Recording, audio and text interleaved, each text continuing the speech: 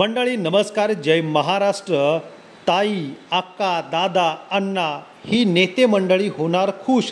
सरकारने महत्त्वाचा काय निर्णय घेतलाय तोच जाणून घेऊया पुढच्या काही मिनिटांमध्ये। या ठिकाणी पक्ष फोडाफोडीच्या राजकारणानंतर बरेच नेते नाराज आहेत, तर महायुतीमध्ये चांगलेच नेते पक्षप्रवेश झाल्याने नेमकं तिकीट द्यायचं कोणाला, निवडणूक लढवायची कोणी, हा मोठा प्रश्न यांच्यापुढे उभा ठाकलेला आहे। यातूनच मार्ग काढण्यासाठी आता सरकारने एक महत्त्वाचा निर्णय घेतला आहे आणि त्याच निर्णयाच्या अनुषंगाने निवडणुकीच्या तोंडावरती अण्णा, दादा, भाऊ नेते मंडळी आता मात्र खुश होणार आहे। नक्की काय निर्णय घेतला आहे आणि याचे काय परिणाम होतील ते जाणून घेऊया पुढच्या 2 मिनिटांमध्ये। मंडळी, आतापर्यंत महानगरपालिकेमध्ये या ठिकाणी नगरसेवकांची जी संख्या असते त्यामध्ये 5 ते 10 नगरसेवक हे स्वीकृत नगरसेवक म्हणून या ठिकाणी निवडले जातात।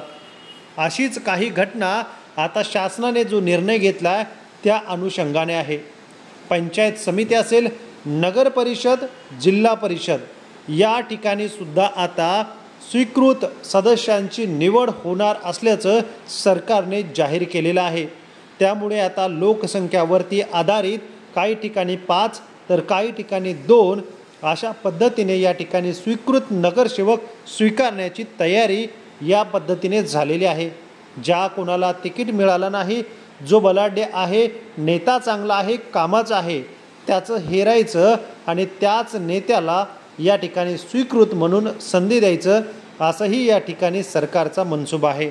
त्यामुळं फोडाफोडीच्या राजकारणात जर 1-2 नेते नाराज झाले तर त्यांचं बंड थंड करण्यासाठी ही पावलं उचलली जातील का, असा एक सध्या चर्चेचा सूर आहे।